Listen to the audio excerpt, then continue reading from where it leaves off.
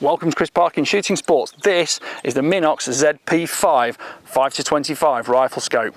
It's got a 56mm front end, lovely bright image, 34mm tube, and this is a superb scope for multi-distance shooting on precision rifles. I'm going to be using it here in Wales on every target I can imagine for between 5 and 1500 metres over the next 2 days.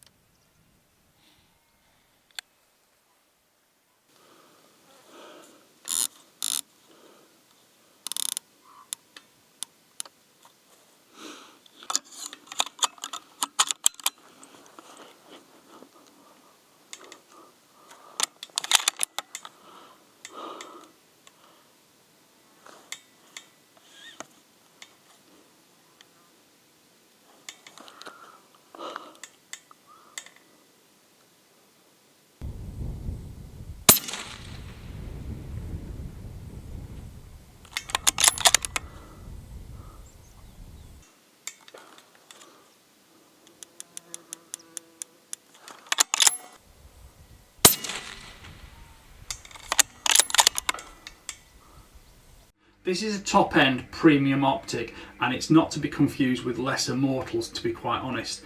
I first came across Minox scopes 9 or 10 years ago, and I later found out the ones I'd been using were somewhat prototypes for what would become the forthcoming ZP lineup, and 8 years ago I started shooting some of the ZP scopes in final production format and was immediately impressed by them. I've just been sent one of the latest ones, which is not fundamentally any different, but does remind me of the quality these optics do have on board.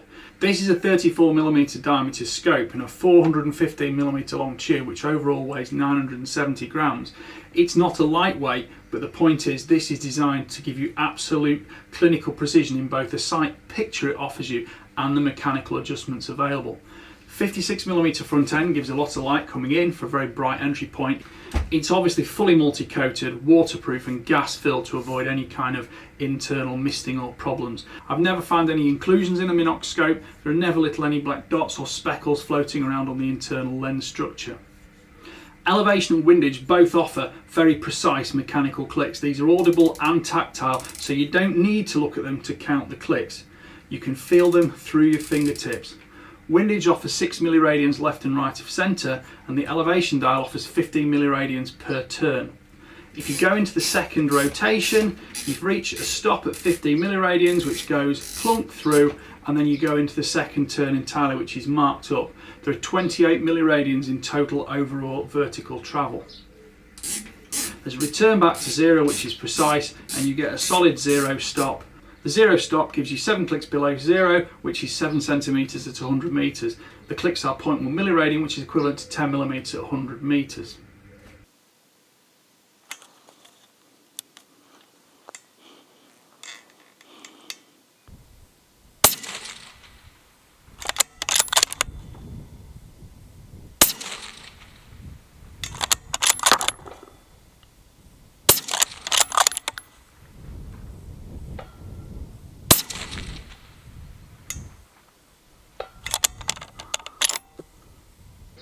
The left side parallax runs from about 30 meters all the way through to infinity. It's smooth, there's no backlash whatsoever, and you do get a lovely image that snaps into clear focus. At the same time, parallax is negated. That's not always visible on every scope, but it certainly is on the Minox. There are also 11 settings with intermediate off positions for the illumination intensity of the internal reticle. There are 4 reticle types: MR2, MR4, MR5 and THLR. This one happens to be the THLR, which stands for Thomas Haugland Long Range, but I've been using the MP2 and the MP4 on various other Minox scopes for nearly a decade and really liked them. I'll tell you more about those in a minute. The scope comes with Tenebrex lens caps both for the objective and ocular lenses. The magnification collar has a wing on top so you can get good tactile perception and grip of it, and it rotates anti-clockwise from 5 to 25 power. The reticle is in the first focal plane, so obviously it gets larger as magnification increases, and the internal hash marks and graduations on it stay fully in line and perfectly in tune to the turret clicks themselves.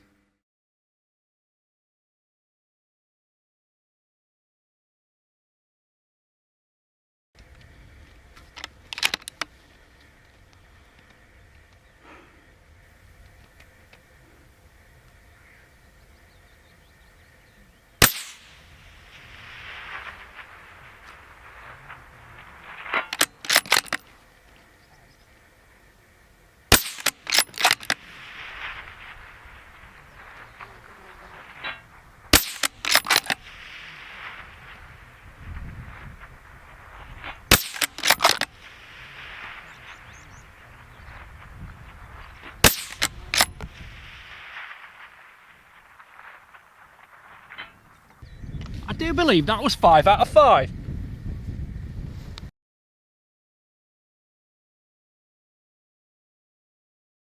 With the Tenebrex cap removed, you can see that the fast focus eyepiece also has a locking collar. This is all metal and it has a very strong engraved graduations to get easy grip on them. So with the lock ring released, you can easily adjust focus to make sure it's perfect adapter for your eyesight and then lock it in position. Once it's locked in position, this avoids any accidental movement and it means you've got a crisp focus at all times on that reticle picture. Tenebrex covers are very durable, they're a little bit more rubberized than some others, and they don't break or crack when it gets cold either. You can rotate them into position, and that on the ocular body here doesn't change the fast focus of the eyepiece either. I happen to have taken the front one off on this particular rifle because it fouls the barrel in these lower rings, but that's not to say I wouldn't be using it otherwise. The exit pupil is notably large and forgiving, going from 12mm on low magnification to 4.4mm at 25 power.